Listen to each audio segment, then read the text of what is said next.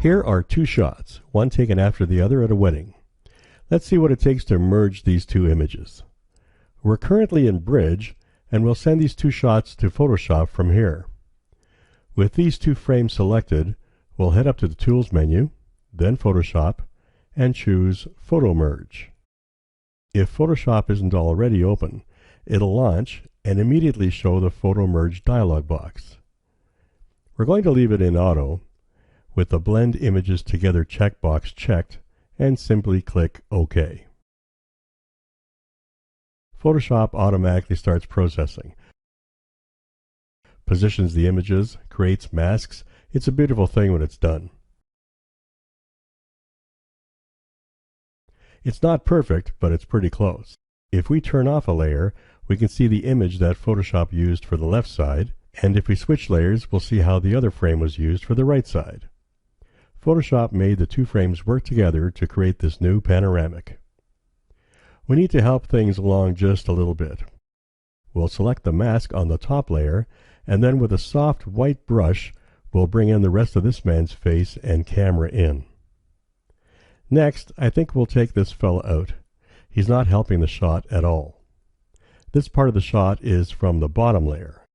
I can turn this layer off and back on to verify it's true. We'll duplicate this layer by pressing Ctrl-J, Command-J on a Mac, in case we needed to start this part over.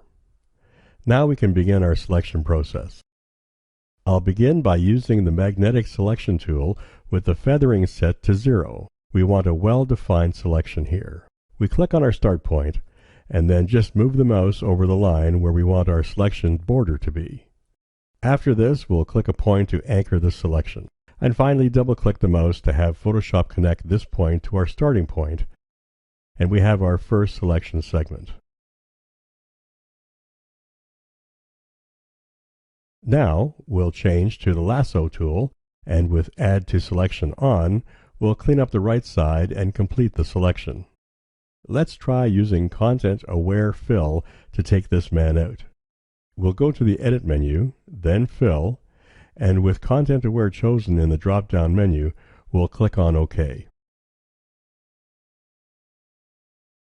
It's not working as expected, so we'll undo that and clone it in ourselves. Choose the Clone Stamp tool, ensure that opacity and flow are set to 100, and use a medium-sized soft brush. I think I want to clone from this area and extend these flowers to the end. Press the Alt key, Option on a Mac, on a point to sample, and then we'll start filling in the selected area.